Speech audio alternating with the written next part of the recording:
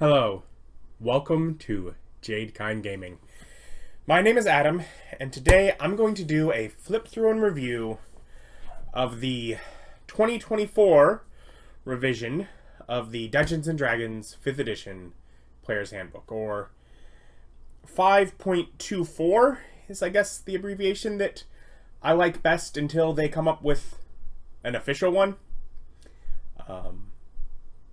And I like that because the way that they're promoting it, I'm not sure that they're not going to do enough further revision 10 years further down the line and say, we're sticking with 5th edition. It's a solid rule set. But we're updating it again, and we get a new, set of books at that point, for all we know. So, we're going to take a look here at the Player's Handbook. And I will, with that, also show they do have an alternate cover. I still love the style of the main books. My wife wanted a copy of her own and liked the idea that it would be easy to reference hers different from mine. So she got the alternate cover when we went and picked them up. Very pretty, but I like the style always matching on all my books. I will likewise point out, compared to the original 5th edition Player's Handbook, I like this better, if for no other reason than this looks like a party of adventurers, and this is a single person fighting the giant. This feels more like a D&D party, and I like that. That was a wise decision. Also, just now in this moment was the first time that I actually set these two down next to each other to see the thickness difference. I was aware, yes, it's more content, but yeah, quite a bit. So, anyways, I have finished reading this book cover to cover, just as I did with the original Player's Handbook. I read this cover to cover. It was actually a bit more of a chore than the first one because the difference is this is not a new set of rules. This is still 5th edition. So much of it is the same, worded differently. But yeah, it's it's been a good rule system so far, and they've basically stuck with it. And the weirdest thing, okay, so welcome to adventure, how to use the book. Chapter 1 is how to play the game. I'm not used to that. I don't even have a character yet. Why am I learning how to play this game? They thought the other of, why are you making a character if you don't know how to play the game? And I guess both are valid schools of thought, except it's never been this way.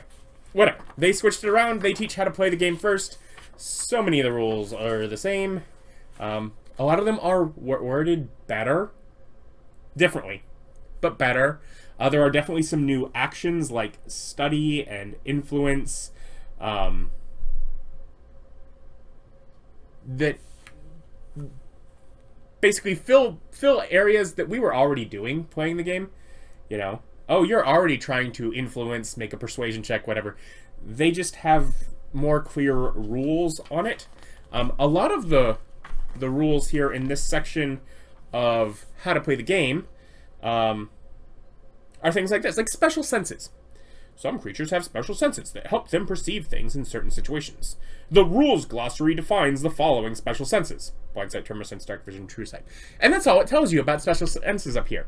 So this how to play the game is split because it might have references here, but the back of the book that we'll get to at the end has the rules glossary, and many of the rules are also alternatively there. Or, if you just have the rules glossary, many of them tell you, oh, go look in chapter 1. So yeah, and there's examples. One of the things that's cool, they give examples for social interaction. When they get to exploration, they get examples for exploration, and they do the same for combat. So there's examples of play for all of them. I obviously don't need any of them. But for someone new to the game, having examples for all 3 of the pillars of play seems like an interesting thing. The mounted combat rules basically are the same. That was an area I was hoping they would improve upon. They did not. But we do get to chapter 2, and chapter 2 is creating a character. Now we can finally do it. Also, the art, you'll just see it as we go. Art is beautiful throughout. Anyways, they have a little choose a class table to help you, choose a barbarian if you like battle. Choose a fighter if you like weapons. Choose a ranger if you like survival. What if I like to battle with weapons and survive when I do it? Anyways, and this is the closest thing we get to a character sheet in this book. The back of this book does not provide one. This one has all these little numbers that prevent you from actually using it, scanning it. You can get this like online, and they sell a big pack of them that I want to get at some point. But they are just not assuming that you're going to scan the sheet out of your book and print copies of it. And so they don't give it to you, and that makes me sad. But there is redesigned character sheet, is nice. It fits everything on the front and back of a single page. But it's not in the book. Oh well.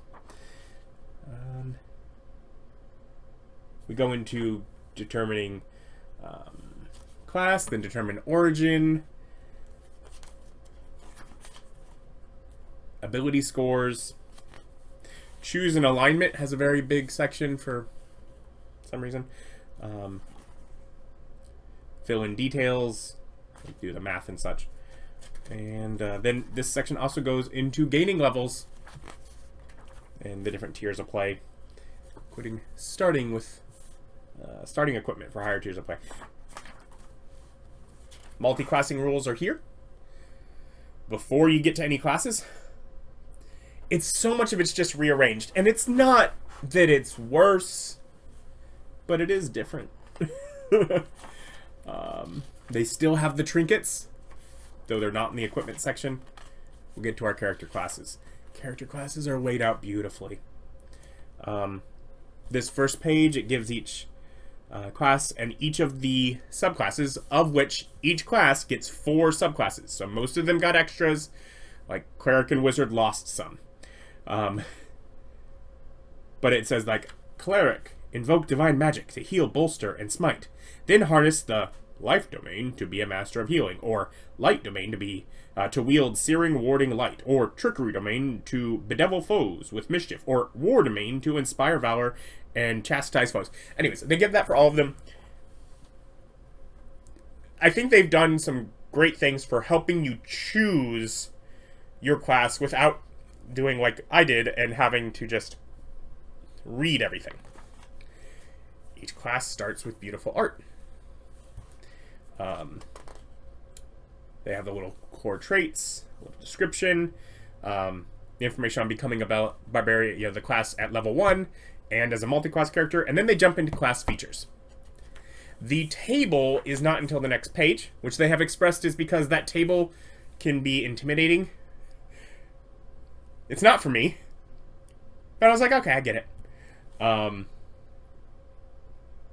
Anyways, they do classes that use weapons have weapon mastery. We'll see that more in equipment, but that's one of the great new things they've added. Otherwise, the classes have more or less been redesigned. Each subclass gets its little half-page-ish of art. Things like some of them have a little less than half a page because things go over, but is what it is. And we get whatever, the Berserker Wild Heart, which Wild Heart is Totem, Barbarian from previous. And friends have been upset that the bear is while your rage is active, your resistance to every damage type except Force, Necrotic, Psychic, and Radiant instead of just, was it Psychic before? My friends are very upset that they're not nearly as powerful. But I will point out, whenever you activate your rage, you gain one of the following options of your choice. So you get to choose which benefit each time on there. So there's some fun things. Lots of little changes. World Tree, Zealot brought in from one of the further books. World Tree, I think a whole new one. Bard, who magical secrets on Bard. Instead of pull a couple spells, Not anymore. You've learned secrets from various magical traditions. Whenever you reach Bard level, including this level, and the prepared spells number in the Bard's feature table increases, you can choose any of your newly prepared spells from the Bard, Cleric, Druid, and Wizard spell lists.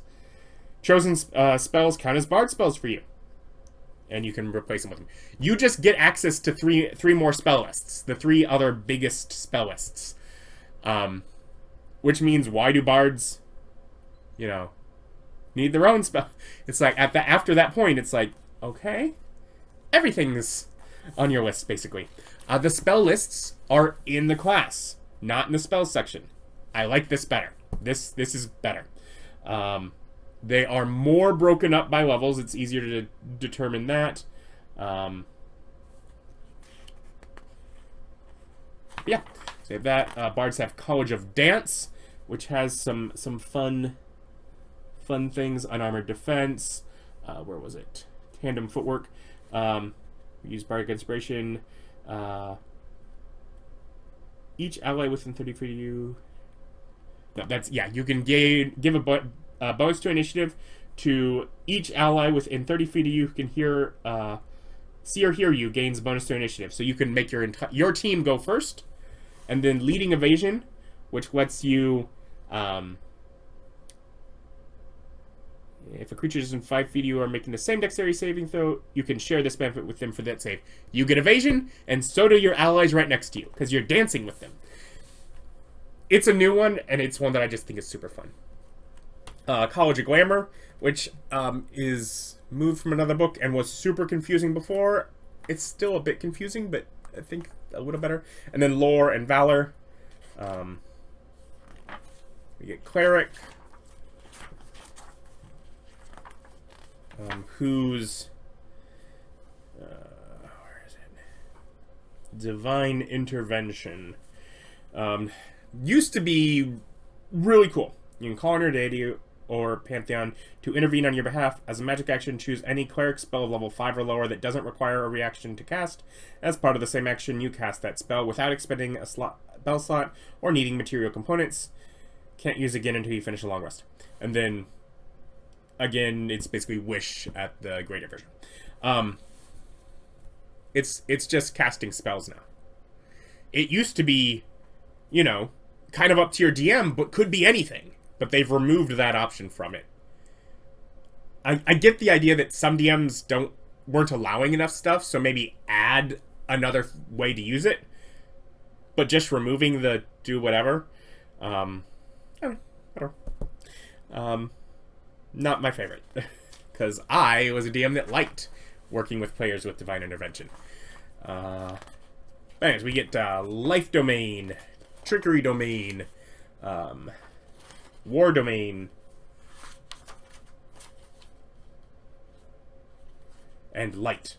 Almost missed that. Life, Light, Trickery, and War. We get our Druid. I have same friends that are upset with the change to Barbarians' resistances with the Bear Totem. Also don't like that you don't just get the creature's hit points on top of yours, but instead, when you assume a wild shape form, you gain a number of temporary hit points equal to your Druid level, or if you're Shape of the Moon, a little more, but it's just a few, and then you don't get knocked out of it for losing those hit points, though. But I think that's a better balanced version of the Druid. But yeah, we get Circle of the Land, which has fewer tables, but also, whenever you finish a long rest, choose one type of land, so you're not stuck with the one table choice forever. Circle of the Moon, Circle of Sea, and Circle of Stars, all of which have something other than Circle Moon that makes your wild shaping better. All the others have another way to use your wild shape other than transforming into an animal, so that if you don't really want to be the transform into an animal kind of druid, you don't have to be. Fighter, who gets fighting styles now as feats. Of course, weapon mastery, as that's the big thing for weapon users, and they're definitely one of those. And our subclasses are Battle Master, which still has a big set of maneuver options that now work in conjunction with the mastery properties. Champion, Eldritch Knight, and then in addition to our Magic-y fighter, we have Psi Warrior, a psionic fighter. And then we get Monk,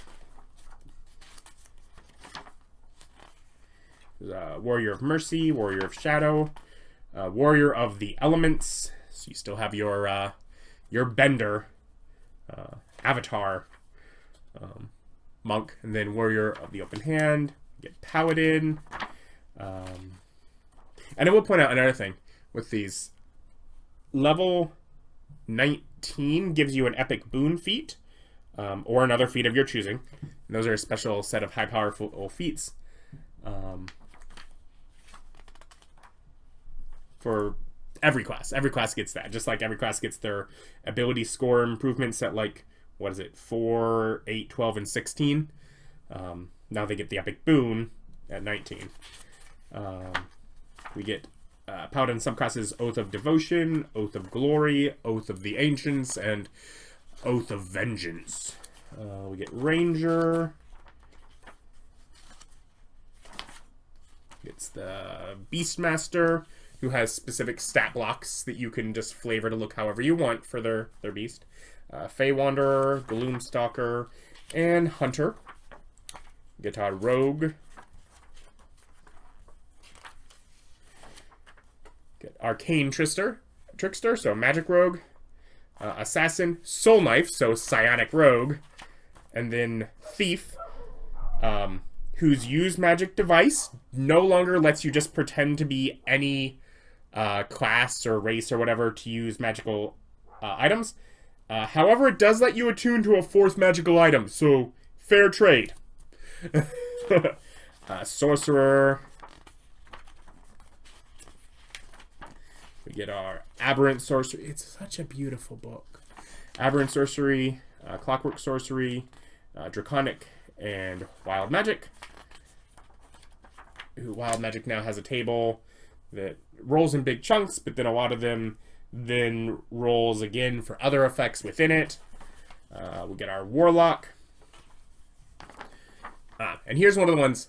All of the classes now get their subclass at level 3. Warlock and I think Cleric are ones that people kind of got upset with about, like, what do you mean you're not choosing who you're making your pact with until 3rd level? Well, the thing is, you're choosing it, you might not be aware of it, and you're not getting any specific benefits from which pact you're making yet. It's fine. Easy enough. Doesn't matter. That does not bother me at all. It's really just how you play the character. If you want to know who you're making your pact with, you can be communicating with them before you get your pact-specific benefits. And it's also fun to now be able to play a character that hasn't figured out what entity is speaking to you in your dreams and granting you power that you've agreed to work for until it's too late.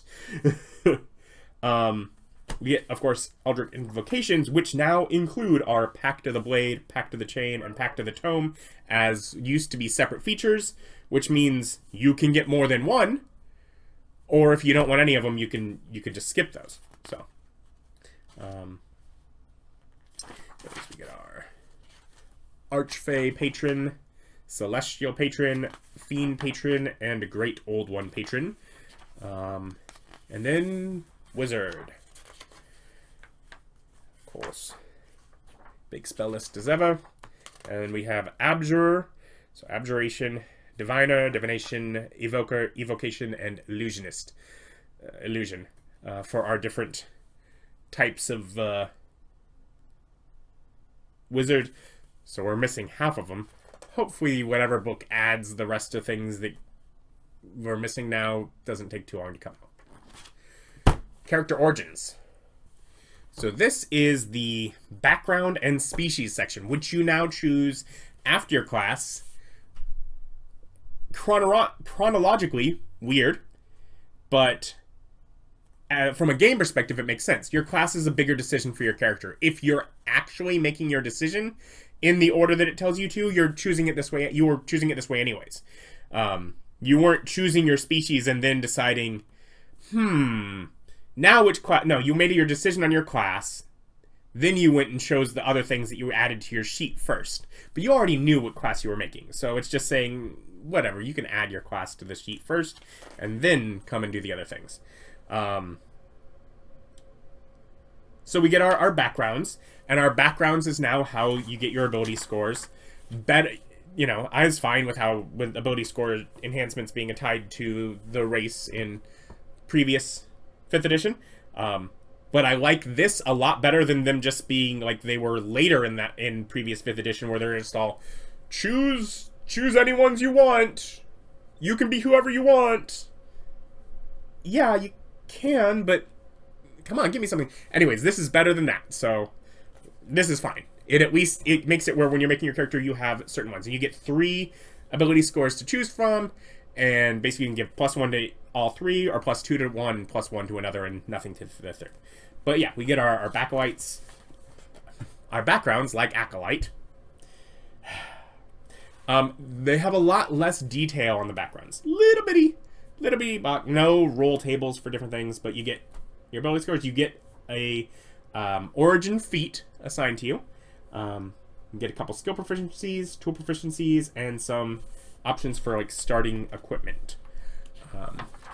Yeah, so we get our Acolyte, Artisan, Criminal, Charlatan, Entertainer, Farmer, Guard, Guide, Hermit, Merchant, no longer having to be the guild merchant, Noble, Sage, Sailor, Scribe, Soldier, Wayfarer, and they have the feat now, but they don't have that weird feature that made it where, say, you were an urchin, and therefore you had to own a rat, because all children living on the streets came with a rat. So that's no longer a thing. Anyways, we now get species, starting with one that wasn't in the previous Player's Handbook, Aasimar.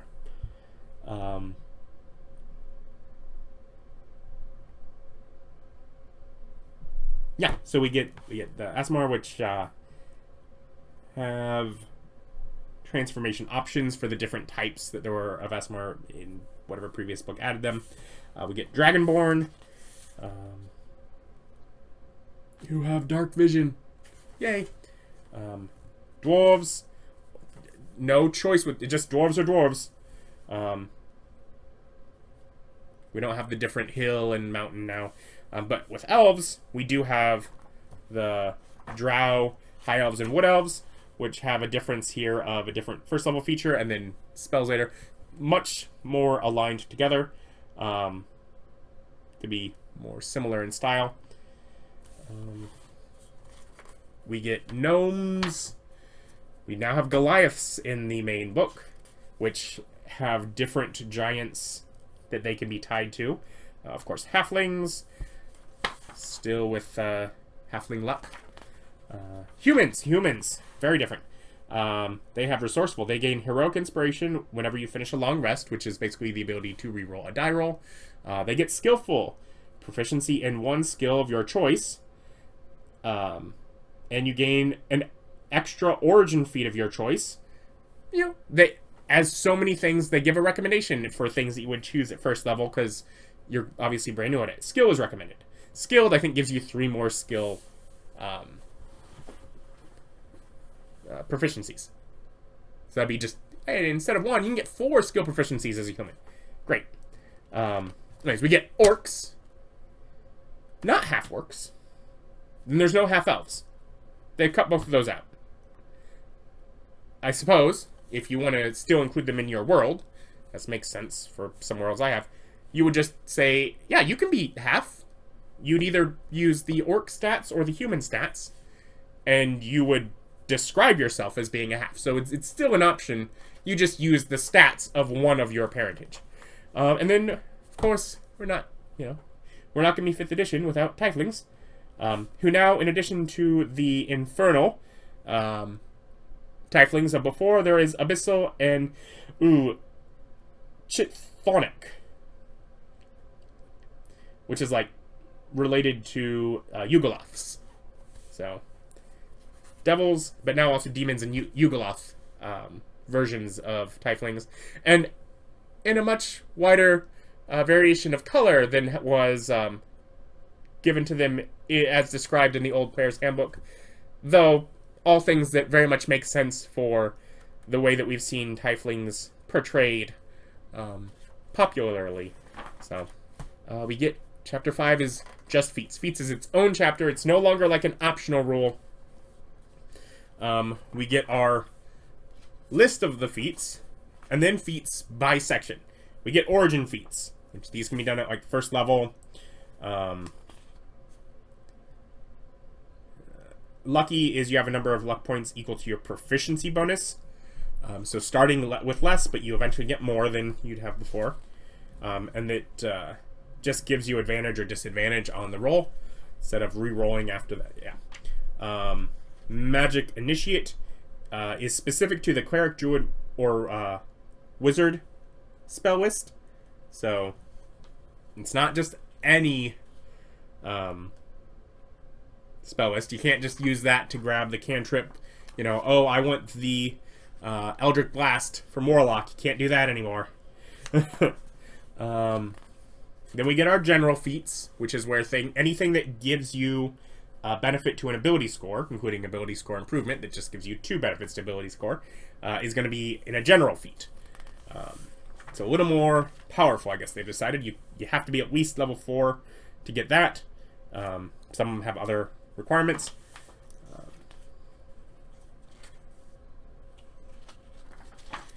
And then we get our fighting style feats, which have fighting prerequisite is the fighting style feature. And so we have those as well. And then we get our epic boon feats, which require you to be level 19. And those are similar to like the epic boons in the Dungeon Master's Guide. But now they're open to high level players by default. We get equipment. We get, of course, our mastery properties, which have fun things, which is basically each weapon now has a mastery property. And if you have the weapon mastery feature in your class, it means that you can do an extra thing. Like, if you have a weapon that has the push property, like the Great Club. If you hit a creature with this weapon, you can push the creature up to 10 feet straight away from yourself if it is large or smaller. So if you have weapon mastery, and you've selected that as one of the properties you have access to, you know how to use, and you're using a weapon that has it, then you get an extra effect with your attack, basically, which helps the more martial, weapon-based characters you still manage to do some fun things, you know. What is it? Graze. If your attack roll with this weapon misses a creature, you can deal damage to that creature equal to the ability modifier you used to make the attack roll. So even if you miss, you still do a little bit of damage. We have full picture of all the weapons, which is great. We had this, I know, in like 3.5, but it's particularly useful for things like the mace. As I've played D&D with my mother, and when she read on her character sheet that she had mace, she's thinking spray. I was like, no. So it's really nice to have an image just to be clear of what something is. They do the same thing for the armors.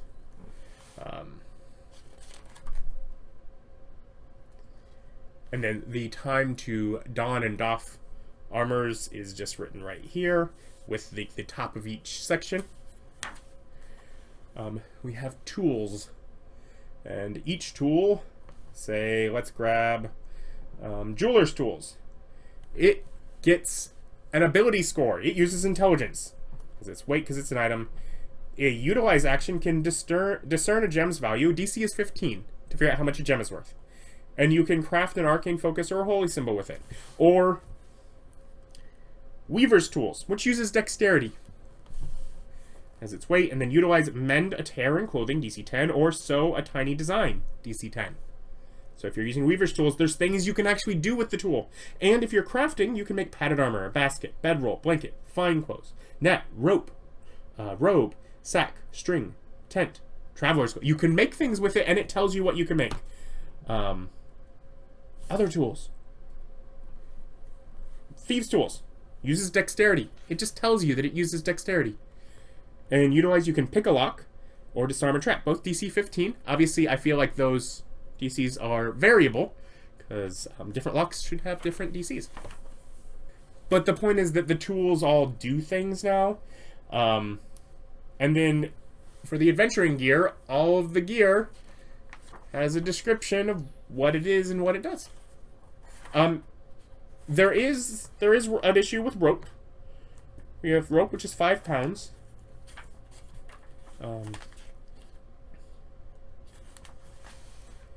Rope. As a utilized action, you can tie a knot with rope. If you succeed on a DC 10 Dexterity sleight of hand check, the rope can be burst with a successful DC 20 Strength Athletics check. You can bind an unwilling creature with the rope only if the creature has the grappled, incapacitated, or restrained condition. If the creature's legs are bound, the creature has the restrained condition until it escapes. Escaping the rope requires the creature to make a successful DC 15 Dexterity Acrobatics check as an action. You know what it doesn't say there or in the table? How long is that rope? Is that 50 feet of rope? My history with D&D would assume rope is 50 feet. But it doesn't say. So, string is 10 feet long. If you buy string, you get 10 feet of string. It tells you. Rope, no such luck. We get mounts. Tack harness, drawn vehicles, airborne and waterborne vehicles, services, lifestyle expenses, buying food, drinks, travel, all that stuff from before is still here. Hirelings, spellcasting services. We get magic item information right here, enough that what the players need, so the players aren't having to just ask. Like, if the players want to know how to do attunement, they don't have to look in the DMG. It's here. Wearing and wielding magic items, how to identify a magic item. It's here. And then we have crafting equipment, how to craft basic equipment as well as healing potions and, you know, simple spell scrolls. Then we get spells. Of course, as I have our biggest chapter. There's some description of how to use spells here. Some of it is also in the end in the rules glossary. Spells are... there's a few new spells. All like the conjure spells have been redone. Counter spell, where you attempt to interrupt the creature in the process of casting a spell. The creature makes a Constitution saving throw. On a failed save, the spell dissipates with no effect, and the action, bonus action, reaction used to cast it is wasted. If that spell was cast with a spell slot, that slot isn't expended. So I have a player that's very upset with the concept of you have to use your spell slot whether or not you successfully counter their spell, but even if you counter it, they don't waste their slot. And so I have a player that's quite upset about that exchange. But I like the difference of using the saving throw. And I think there's a few things that use saves that didn't before. I'm gonna flip through. Find familiar is great. First off, the personality for these. That one's a spider, I figured out eventually. It's just they can look a little different than maybe a natural version would look. But anyways, at the beginning, you gain the service of a familiar, a spirit that takes an animal form you choose: bat, cat, frog, hawk, lizard, octopus, owl, rat, raven, spider, weasel, or another beast that has challenge rating of 0. Period. That's how you choose which form it takes.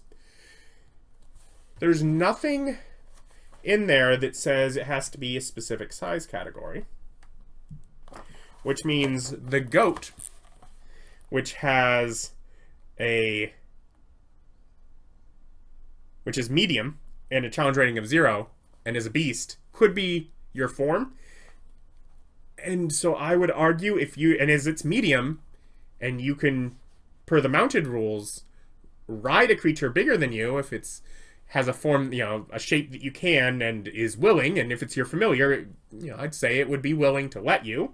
It's allied with you. It's smart enough to work with that. I would say that you could have a familiar you'd ride if you're a small creature. Want to do that. That's just a thing that I find fun. Anyways, Fine Steed now has its own stat block, as do many of the summons. A number of the spells are slightly different. There's certainly some that have new higher level features. There's plenty of them as I read through that I was like, oh, this has got to be a whole new spell, and I look back and it's exactly as it was in 5th edition, like the 2014 version, and I just had completely missed it.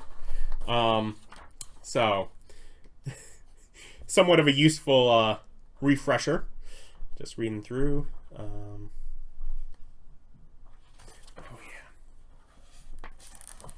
yeah. Reincarnate just has the species of this book, and says, or the DM chooses another playable species. The reincarnated creatures make any choices the species description offers. So if you were, say, going to become an elf, you would choose which type of elf instead of it being part of the roll table. It's making that less confusing. Where is it? Sleep. Sleep no longer has the crazy roll for hit points of creatures affected or whatever. It's each creature in a smaller radius sphere, 5-foot radius sphere, makes wisdom saving throw. It's just a save. So much simpler. Smaller area, but so much simpler. They have the summons with stat blocks that was it Tasha's, I think, introduced. It was great. Anyways, some few new spells, some spells that are just brought in from other books.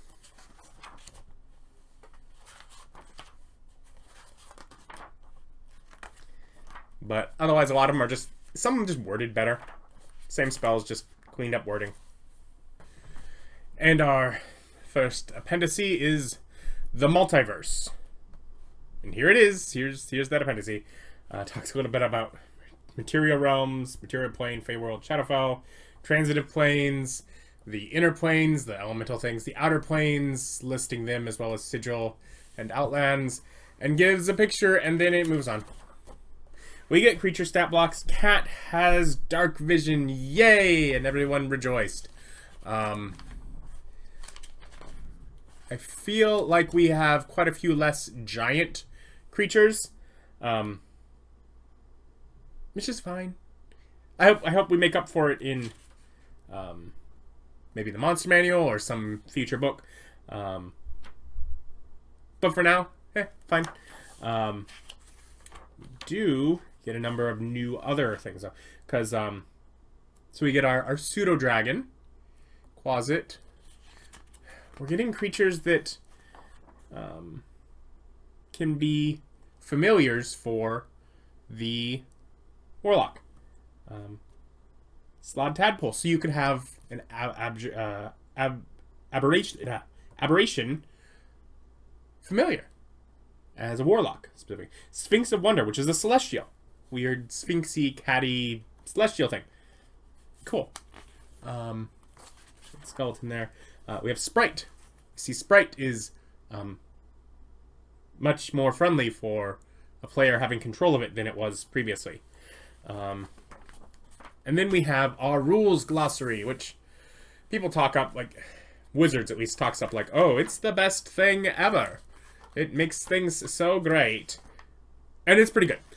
Specifically, it would be even better if they sold it separately as a cheap, soft-covered thing, like where they added, a few of the things that it references in some of the other chapters, like the Chapter 1 stuff, but just, like, cut out all the character creation, all the spells, all that kind of stuff, and just made a little soft-cover rules booklet kind of thing like this, where, you could affordably get a group of them for the table.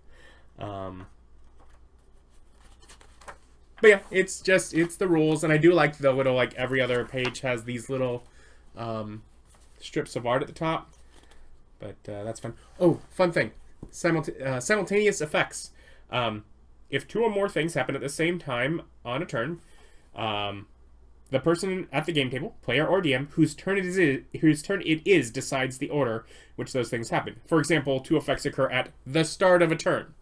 If it's the player's turn, the player gets to choose. Cool. Rules for reading a stat block are in here instead of the monster manual, since, you know, we have stat blocks here. Very nice. And then, like, it explains, like we said earlier, there were those study actions. It explains those here. And there's a few things in here, like if you look up, it's one that I remembered. Inspiration in the index, it says see heroic inspiration, because inspiration is what it was caused, or what they called it in normal, or in 2014 5th edition. Now it's called heroic inspiration, so the index lets you know. But yeah, that's the 5.24 Dungeons and Dragons Player's Handbook. Also, spines are different to differentiate. I just hope that they just continue where all the books moving forward now have this coloring of red spine with the black, where they keep this inversion just moving forward. Just so that it's very evident on the shelf, oh, these are the more modern ones. Obviously, the special edition has its own weird spine that doesn't match anything. Whatever. Yeah, no, they've cleaned some rules up. They've streamlined some things. A lot of the classes got some buffs. Some things got taken down a peg. You know, anywhere where there was only ever really one right choice, they tried to make it where, you know, either powering up other things or weakening that one right choice, something was out of balance. But yeah, I'll link down below where you can find the book online, or of course, you can find it from your friendly local gaming store. I'm not going to stop running with the current one in existing games. So over on the Observatory, I have more games that are coming out that are still using the 2014 rules. In fact, games that I haven't even started uploading, but I've been playing for a year simultaneously and will release later, that will use the old rules, because I'm not just going to switch. But whenever I start a new game, I do intend to move to the 2024 rules. I like most of the changes, and it's pretty, and I look forward to seeing what they do in the future books. Yeah, thank you for watching. Like, comment, subscribe.